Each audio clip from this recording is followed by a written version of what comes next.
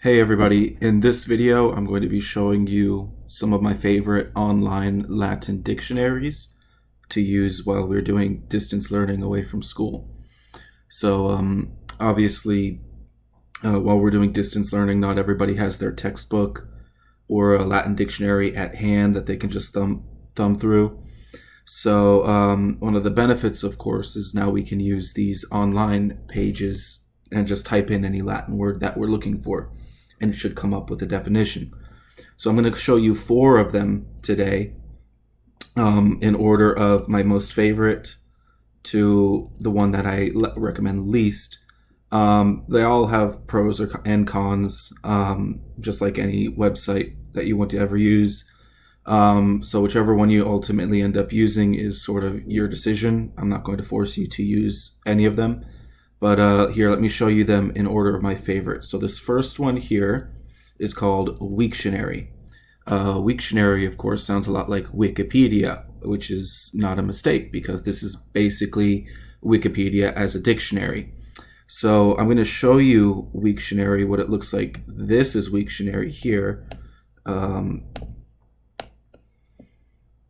This is the home page of Wiktionary right here. This is what it looks like. So in order to get here, you can, just type in search Wiktionary or click on the link. I'll post the link on our Google Classroom. So this is what it's going to look like when you first get to the website. So let's say you have a word that you don't know what it means and you want to find the definition. You can type in this box here or this box here. It doesn't really matter, whichever one you want to choose. So let's say I have a Latin word and I don't know what it means. All I need to do is type it in the box. Let's say it's this word, puer. Now you probably should know what puer means already, but if you don't, just type it in and hit enter.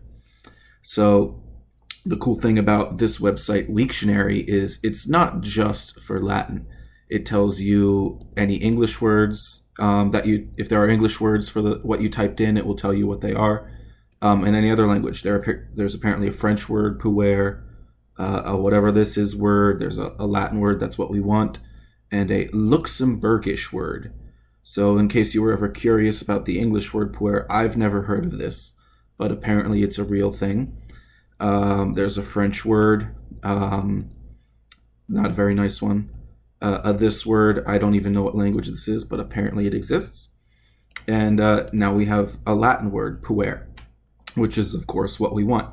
So you can, when you type in a word, you can just scroll down until you find it, or you can very simply just find Latin and click on Latin. And what I like about this format here, this website, with most Latin words, it will come with basically all the information about the word you could ever want. This section right here, etymology, you don't really have to worry about. It's where the word comes from. So for etymology is like when we talk about derivatives. This is giving you where the Latin word actually derives from. The language that came before Latin in most of Europe is called Proto-Indo-European. It's a reconstructed language. There's no written records of this, so if people go back and they look for clues through all of the languages that were written and that branched off from this and have sort of reconstructed it. Anyway, don't worry about where the Latin word comes from. That's not important for us. You have a pronunciation section here. If you're curious about how the word is pronounced, you can just click play and it will pronounce it for you. All right, hopefully you guys heard that. Then here, of course, is the important stuff. It will give you the definition of the word. Puer, genitive pueri, second declension. It tells you what declension the word belongs to. And then it will give you any of the meanings the word can possibly have. A child, a boy, lad. It can sometimes mean a male servant or a bachelor or even just boyhood. And one of the great things about Wiktionary is it will actually give you the full declension chart for every single word in Latin that you could ever think of. It will give you the full chart. So it will give you the 5 cases: nominative, genitive, dative, accusative, ablative. There's a 6th one here called the vocative. You can pretty much just ignore that. The word is a second declension. So if you remember the song, our second declension endings are us, e, o, e, orum, is, os, is. That's the bingo song. This first box here does not follow us, but that's happened sometimes. And then it will give you all the forms. You have puer, pueri, puero, puerum, puero, pueri, puerorum, pueris, pueros, pueris, us, e, o, e, orum, is, os, is. So it gives you the chart, and it will give you that for pretty much every word you can think of in Latin. It will give you antonyms. Antonyms are whatever the word's opposite is. So puella is girl, that's an opposite of boy. Puera would be girl, that's opposite of boy. Where is man, that's opposite of boy in age. Sometimes it will give you synonyms, not antonyms, which are different words that mean the same thing. This section here, called derived terms, will give you all of the Latin words that are derived from puer. So puera, puerarius, puerculus, and so on. If you're curious about what all of these mean, you can, of course, just click on them and follow. When it says derived terms, it does not mean English derivatives. It means Latin derivatives of the Latin word. Descendants here is where you will find English derivatives. So an English descendant of puer is puerile, meaning boyish, puerilism, puerium, and some others I've never heard about. There's an Edo. I don't know what language Edo is, but that apparently exists. And then these sections you don't really need to worry about. See also in references. So here's where you would find actual English derivatives if it is listed with any. One thing I did not show you about this is, let's say you have a word with an ending attached on it. Let's say you had puero instead of puer, and you found that in the story. Well, what will come up if I type this in? And this is also a really cool thing about Wiktionary. All right, so puero only shows up in Edo and Latin. Of course, we want Latin. And so in Latin, puero can be dative singular of puer or ablative singular of puer. And even let's say you forgot what dative and ablative meant. You can just click on it and it will tell you a case that indicates separation or moving away from something. It is used alone or with certain prepositions. Remember, that's how we normally use it. For example, if English had a fully productive case system that included the ablative system, then the phrase came from the city. Remember, for ablative, we say by, with, from, or in, would likely be in the ablative. In some languages, such as Latin, this case has acquired many other uses and does not strictly indicate separation anymore. Any case, if you forgot what any of these words mean, you can then just click on it. Let's say you forgot dative, click on dative. Anyway, notice how it doesn't give you the actual definition of the word here. Well, you want to actually click on the base word itself. It's not going to tell you what puero means. It tells you it's the dative singular of the base word puer. So click on puer to find the meaning, and it takes us right back here. All right, puer is a boy. I forgot about that. And let me just show you one or two more. Let's do a verb. Let's say you ran into dokui in your reading somewhere. The verb is, of course, a little bit more complicated. You have first person, that's the I do version. Singular, just one. Perfect, that's the tense. Active, in Latin there are active and passive verbs. Active is when the subject is doing something. I run is active, or I see is active. I am seen is what would be called passive. Don't worry too much about this. And indicative, don't worry about that either. That's technically called a mood. There's indicative and subjunctive. We have not gotten into that yet, so just ignore that. You should be able to figure out these first three if you think about it. First person, singular, perfect. I do, just one. Perfect is the tense. That's a past tense. So let's find the base meaning of dokeo. So dokeo, and then it will give you all of the different parts. I teach, instruct, tell, inform, show, or demonstrate. And sometimes it will even give you nice examples here. For verbs, it will still give you the chart. The chart will come under conjugation, not declension, because verbs get conjugated, not declined. You have to actually click on the chart itself. You can just click anywhere. And oh my God, there are a million forms for Latin verbs, so many forms. We know the present, imperfect, sometimes the future, and sometimes the perfect. We've actually used most of the active in the past. It goes, of course, O, S, T, mus, tis, unt. So this would be I teach, you teach, he teaches, we teach, you all teach, and they teach. Imperfect is was or used to do something. I used to teach, you used to teach, he, she, it used to teach. Remember, this one goes M, S, T, mus, tis, unt, and so on. The future goes O, S, T, mus, tis, unt, doke, bo, doke, bis, doke, bit. Future, of course, is will do, doke, bo, I will teach, doke, bis, you will teach, and so on. Now, I'm not going to go through every single one of these. There are a million Latin forms. When we say Latin loves its endings, we really mean Latin loves its endings. Eventually, of course, we will get to every single one of these, and you will know every single one of these. But any case, even if you find like one of these weird forms, like let's say dokam, I'm sorry, not dokam, dokerim.